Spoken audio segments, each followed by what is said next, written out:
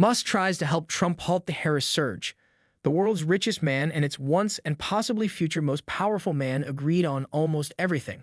Tech titan Elon Musk threw open his X platform on Monday night, offering Donald Trump a pipeline free of fact checks for his falsehoods, conspiracy theories, and extremism as he tries to slow the rise of Democratic nominee Kamala Harris. The chat represented yet another extraordinary chapter in a presidential campaign that has defied logic with its stunning twists in recent weeks, including an assassination attempt against Trump and President Joe Biden's ending of his re-election bid. The former president has been floundering, struggling to cope with the soaring start by the new Democratic nominee. At times during their expansive chat, Musk seemed to be using the power of his profile and platform to coach Trump on how to mount a better argument against Harris.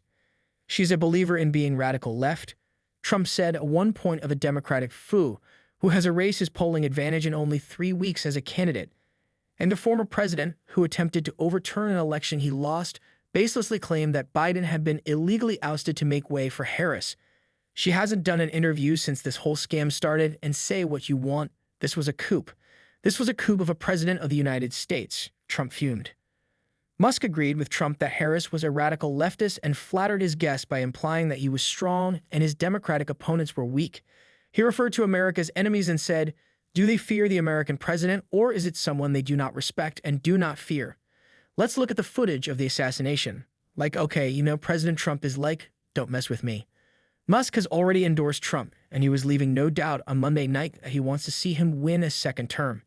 "You are the path to prosperity, and I think Kamala is the opposite," he told Trump.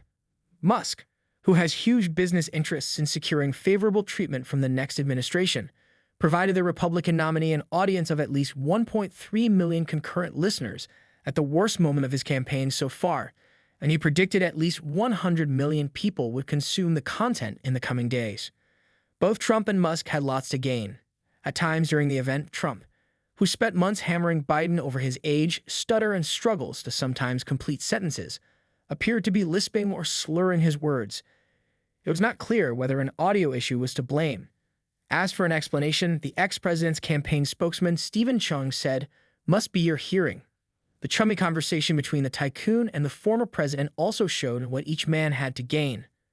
Musk was able to impress upon a possible future president who is known for transactional leadership his own views on immigration, the economy, curtailing government regulation, and tax cuts. Musk's companies, including SpaceX, a key player in the U.S. space program, and Tesla, which makes electric vehicles, can be impacted by changes in government policy. The entire conversation was rife with potential conflicts of interest. No ordinary American would ever have a similar opportunity to have the ear of a possible future president. At one point, Musk even offered to take a position in the U.S. government, perhaps as part of an efficiency commission to slash the administrative state. Trump said he'd love it if Musk got involved, noting the multi-billionaire is a great cutter.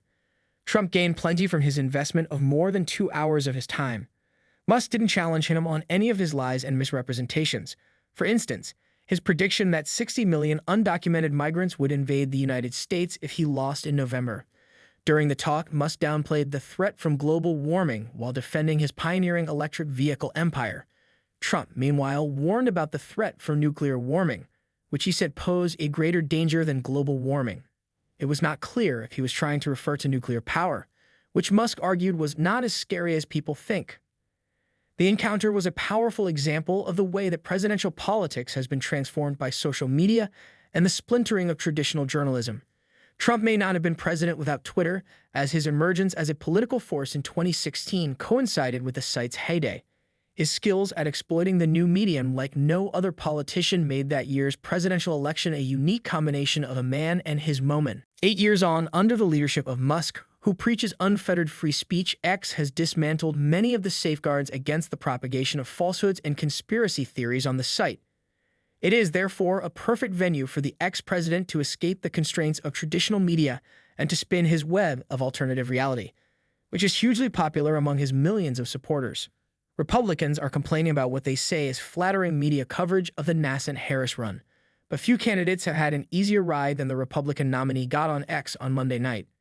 In a sign of the international political questions raised by the evolution of X, a European commissioner, Thierry Breton, wrote to Musk to warn him that he must prevent the amplification of harmful content, which could be accessed by consumers inside the bloc.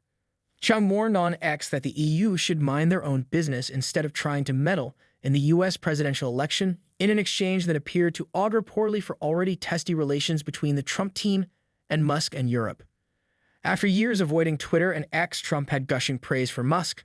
Trump spooled out countless falsehoods and exaggerations on Monday night, including over the numbers of migrants who crossed the border, the extent of the inflation crisis that has now cooled, his legal troubles, the current administration's energy policy, and his familiar claim that foreign nations were dumping their prisoners across the southern U.S. border.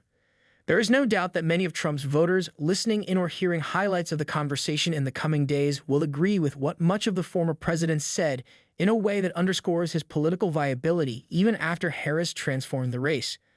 At points, Trump did make a more coherent and focused argument for a second term than he has in recent days, when he has appeared to be discombobulated by the shift in a race he believed he was primed to win against Biden. He and Musk accused the current president and the vice president of adopting spending policies that fuel the inflation that has been painful for millions of Americans. But Trump's constant meanderings and amplification of conspiracy theories also demonstrated why many voters disdain him and why there are questions about his appeal to suburban and women voters in battleground states.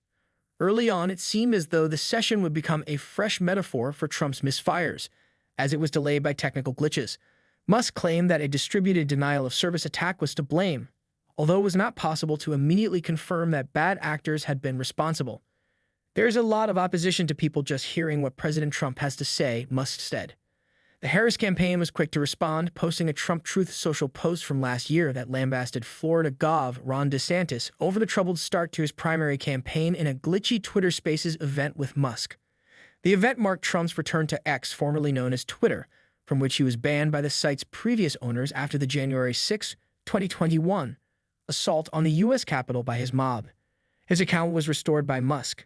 Anyone who listened to the full 2-hour conversation would have learned more about Musk's evolving political views and his growing willingness to use his power and wealth to express them than anything fresh about Trump. But the ex-president was gushingly grateful for a new friend in a time of political need. "You're an amazing guy. You've done an incredible job. You are a great inspiration to people," Trump said before saying goodbye.